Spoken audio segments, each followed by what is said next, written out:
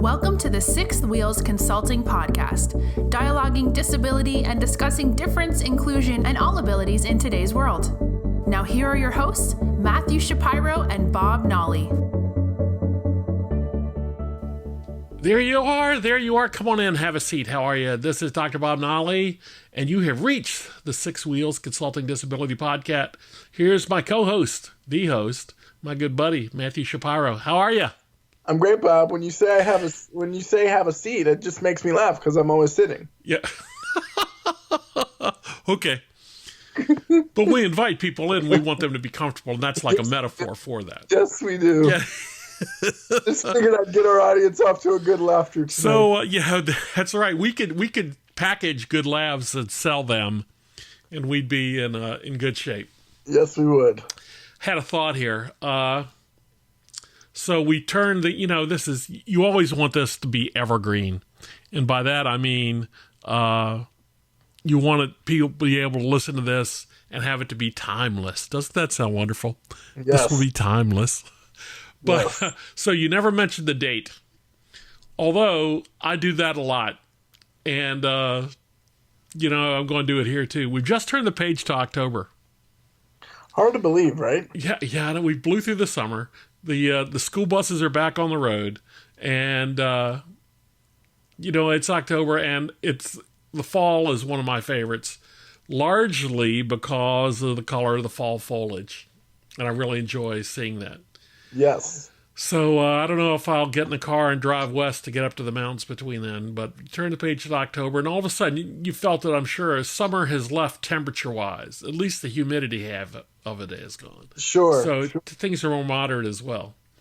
And, people that are planners, it's already the holidays for them.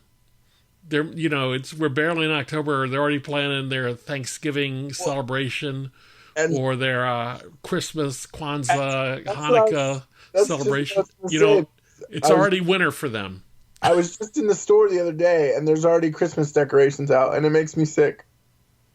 Oh, no, well, actually, it's worse than that. I saw them in August. And, stores have changed over the decades. So now all of the overstock is usually just, overstock up. It's not in the back anymore. It's all out there, and it's just not out yet. But I looked up in August, and I saw boxes of wrapping paper. Oh, Costco doesn't count. They just do everything early. So they don't count. Costco. But and all of that, and all of this, welcome to the equinox time of year that we have here. There's another event that's going to happen. A rather important event. Yeah, the middies, the midterm elections are going to happen here. Yes. So I raise that now, not to become political, because, even though we're doing this over the fiber optic here, I don't want you and I to start throwing punches at each other. And I don't think we would actually come to No, think I of don't it. think. I'd put some long money on that. I don't think we would. We can, but I do want to ask you this, and I'll start here and not, let's think about this a bit. What is the voting experience like for you? Well, that's a really good question, and that is ultimately what That's my job here. You're setting me up so beautifully. So that now, listen, everybody. He does not send me an email or hand me an index card and go, ask me this. I just go, let's talk about this. I go, okay. He goes, do you want to prepare? I went, no, I got you. Let's go. Okay.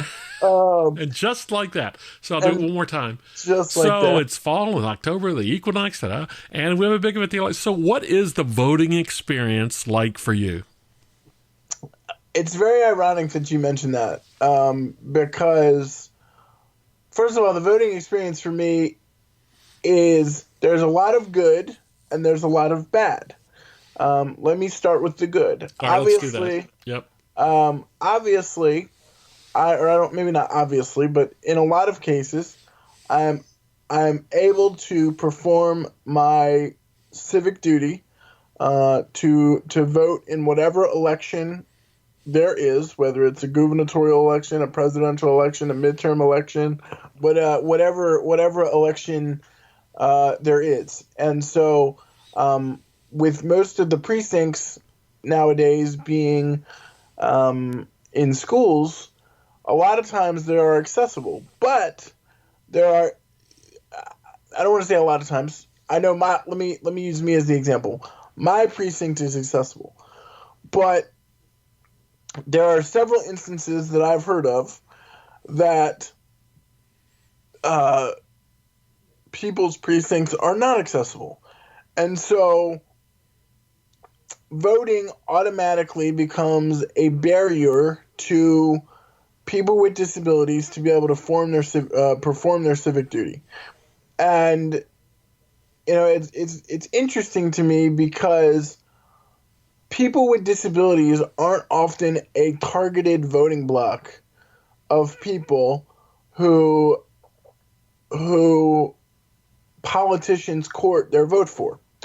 You often have white men, African American people, women, married women. Like, those are all targeted, specific voting blocks of people that exist and that politicians try to court.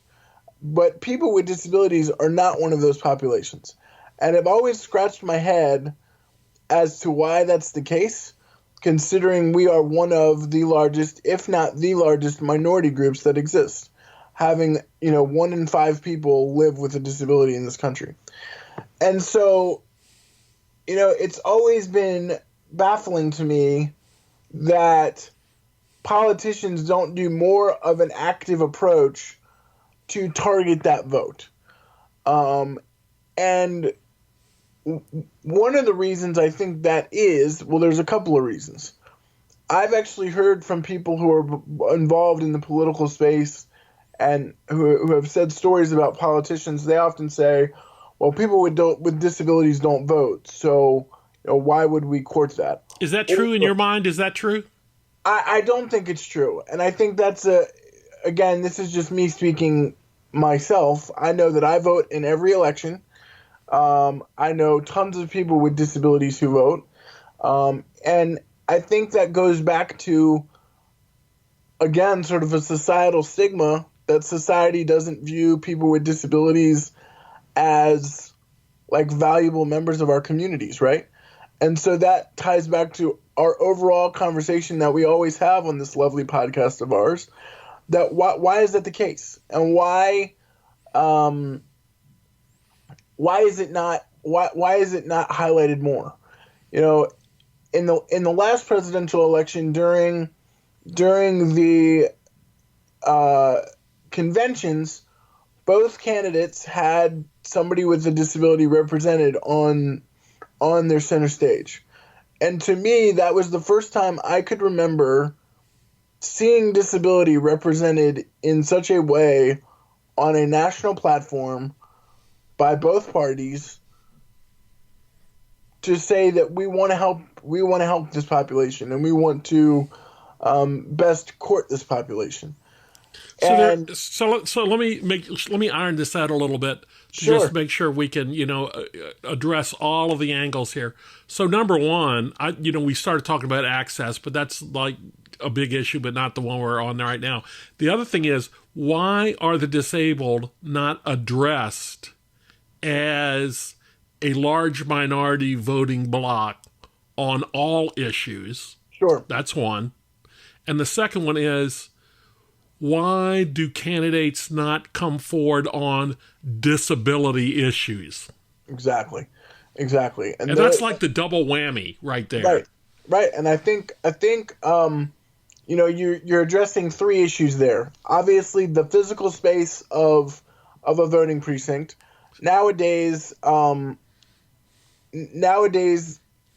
they've kind of gotten away from some of the electronic stuff with, what you may or may not believed might have happened during our last election. But when we were doing the electric stuff, you could do curbside voting. So Now, what is curbside voting? Well, I've never heard of that. So curbside voting, they would bring a vote. I'm glad I'm educating you on this episode, Bob. It makes me feel good. So curbside voting, they would actually bring a voting machine out to your car and allow you to vote in your car.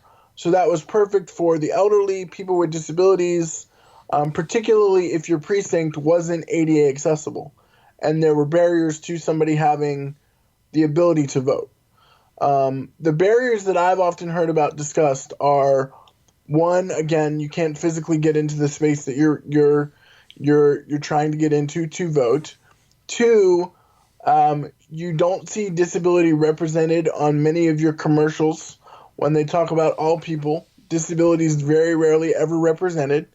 And three, again, I think politicians just don't value our vote as strongly. And that is, and when I say our, I mean the disability community. I'll lump myself into that community, obviously, as everyone knows by now, because they keep listening to our lovely podcast. But it's odd to me that that's the case. Now you are, as we've talked in the first 13 episodes here, you are very active politically. Yes, sir. So you are out there not just bringing the issue forward in terms of complaining or noting that it's happening. You are out there working that issue. Sure. And that's a big deal. Yeah, no, I mean, I put my money where my mouth is when I speak about this issue. You know, I'm involved in the Virginia General Assembly. I vote on, pretty much in every election.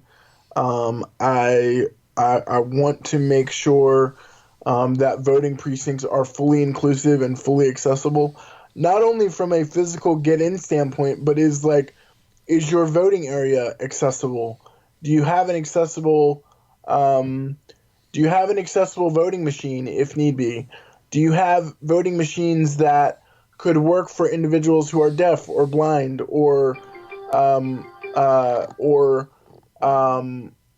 need some other, need other accommodations? Do the staff at those voting precincts, do they know how to accommodate people with disabilities who may want to come in and vote?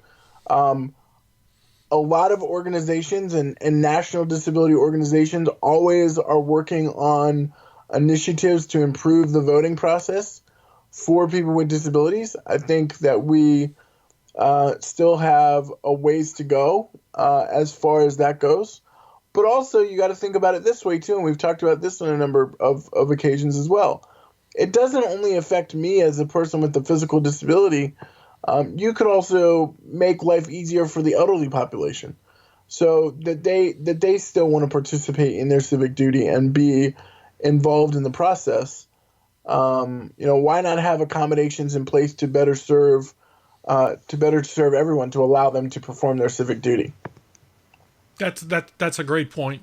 And I think the other thought I had while you were describing that issue is I think about people that run campaigns for candidates. And yes. I don't mean national campaigns. I mean state campaigns as well. And they are polling all the time. They are polling all the time, and they are adjusting their message all the time.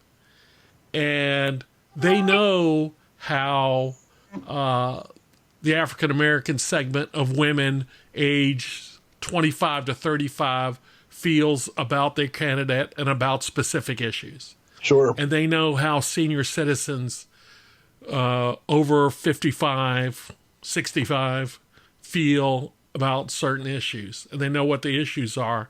And they tack their message accordingly. Sure.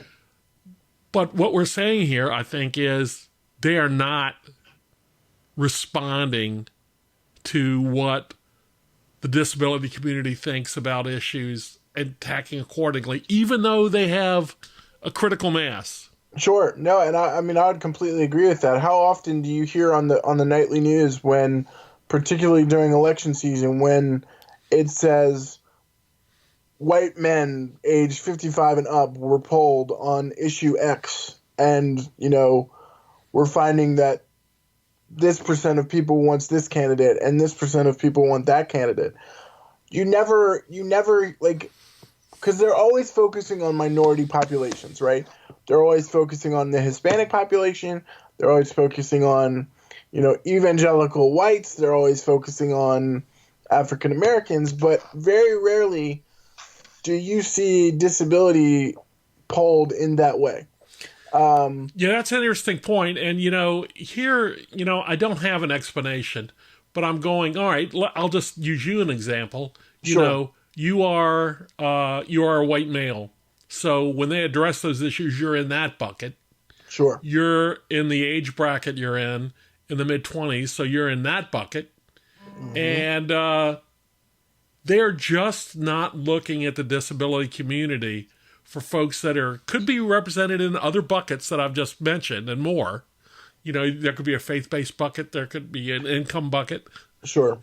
But then that one is one that I don't think anybody's answering the question for the candidate on any given day. How are we doing in the disability community? Well, and that's why it's so refreshing to see candidates who actually want to focus on disability. I was fortunate enough to work a congressional campaign here in Virginia. That was the whole Dave Bratt race when he took down, Eric Cantor. I was working for the Democratic opponent on that side, and he was an educator who, worked in special education, and I was lucky and fortunate enough to be represented in his commercial. And it always drives me crazy when you see all these candidates' commercials and you see, all of the diversity that is kind of quote unquote staged in these commercials, but you don't see people with disabilities. And so why is that? And why, again, we've talked about marketing and media and whatnot all the time, and why are they not represented there? Yeah, it is mind blowing to me because I can tell you, I'm not a one issue voter, but if I know that candidate X, whether they be Democrat or Republican, independent, Green Party, whatever the case may be, if I think that they're going to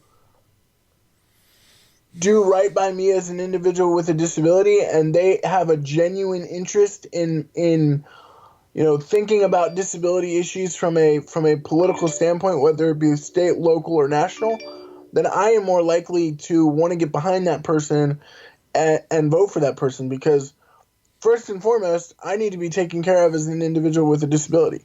So the best way for me to do that is to see that represented. We've talked in previous episodes, is if we see disability representation in certain areas, we're more likely to want to work for that person, vote for that person, go to that store, whatever the case may be. Yeah, but agreed. You're not seeing that representation enough. All right, let's loop back to issue one then, the issue of access. You and I are out here in the burbs, and you probably voted a school. I do. Okay, so is access an issue there for you? It is not. It is definitely not. I voted at a super big senior citizens community here, and because the senior citizens community, access is not an issue there either. Sure. What about if we moved in town? Do you think the disabled in downtown Richmond have as easy a time getting access to the voting? I would tell you no, for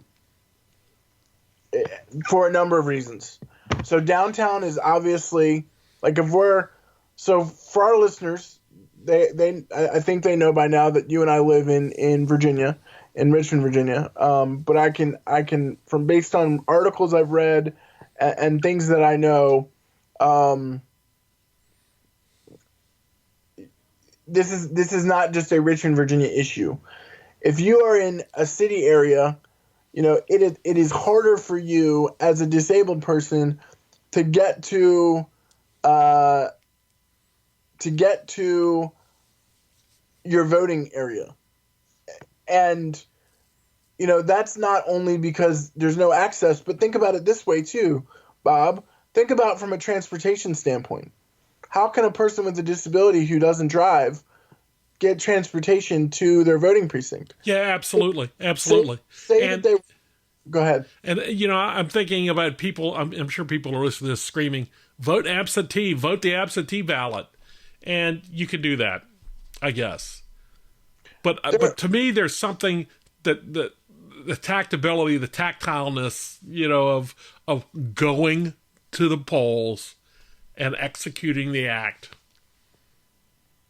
Sure. I mean, there certainly are other ways, as you stated, with voting absentee and different things like that. I've voted absentee a couple of times because I've been, away on business when the election's happening. And so I voted absentee in certain areas. But I agree with you. You want to be part of, you want to be in that, ballot. You want to be in that voting booth, and you want to perform your civic duty in that way. Yeah. So now as we start to wrap this up, sure. This brings me to the point that as we talk about the disabled as a population, talk about the drive to have their issues addressed, the drive to execute the voting process, all of a sudden, people that are not disabled, people that are enabled, that don't vote because they think, here it comes, it doesn't matter. I've got no sympathy for you. Well, I can tell you, as somebody who is heavily involved in the political process, it does matter. And, I know some people might feel, I guess, sort of disenfranchised with what's going on. Some people might feel disenfranchised with what's going on, or, just feel that their vote doesn't matter, but it really does. And I think that's why you're seeing such a huge push, to get people out to vote, particularly in this midterm election. No matter what way, again, we're not trying to make this conversation political one way or the other, but no matter what way you vote, it's important that you vote, because you're, you might think, oh, it's only one vote. What does that matter? It does matter. And I'm not trying to force feed that down anyone's throat by no means, but we all want to have the ability to vote. We all want to be able to access areas where we can vote and have our civic duty be accomplished. And that goes for myself, that goes for other people with disabilities, that goes for anyone. Okay, so voting matters. Well said, sir. We'll let that be the last word. Ladies and gents, you've been listening to episode 14 of the Six Wheels Disabilities Consulting Podcast. This is Dr. Bob Nolly with Matthew Shapiro. We'll see you next time.